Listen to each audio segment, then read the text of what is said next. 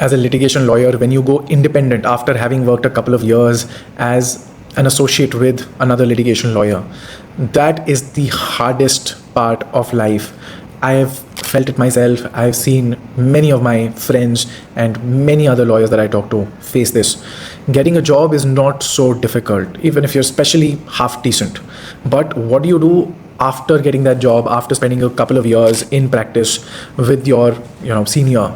Then you're going to go independent.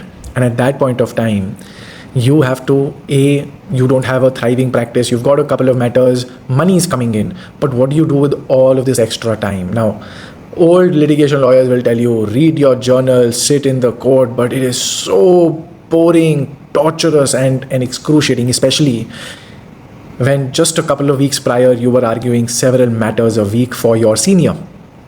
I've been through it. Hundreds of advocates I've seen go through it.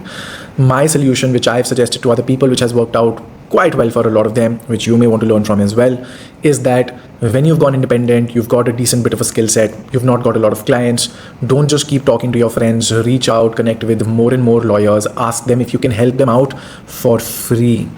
When you remove the money component out of this, it becomes far more easier for lawyers to say yes to any kind of help that you're asking them, to let you work on their cases, and they get free help, but you are getting some incredibly valuable experiences. Your experience of kind of being a quasi-junior is continuing, which is very important for you.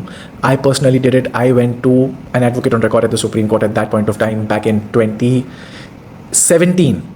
And 6 months with him in his office, working for free for him, having my own matters, but having a lot of flexibility where I would come and go as I please, helped me so much in learning leaps and bounds in comparison to what I would have done by myself, especially Supreme Court practice and procedure, which a couple of years later helped me crack the AOR exam as well, and develop a little bit of a decent practice in the Supreme Court. So reach out to people, connect with more people, not just hang out with your law school buddies or your few friends that you've made here and there. LinkedIn, Court Complex, everywhere you go, meet, put your hand out there and shake hands of other lawyers and ask them, how can I help you for free?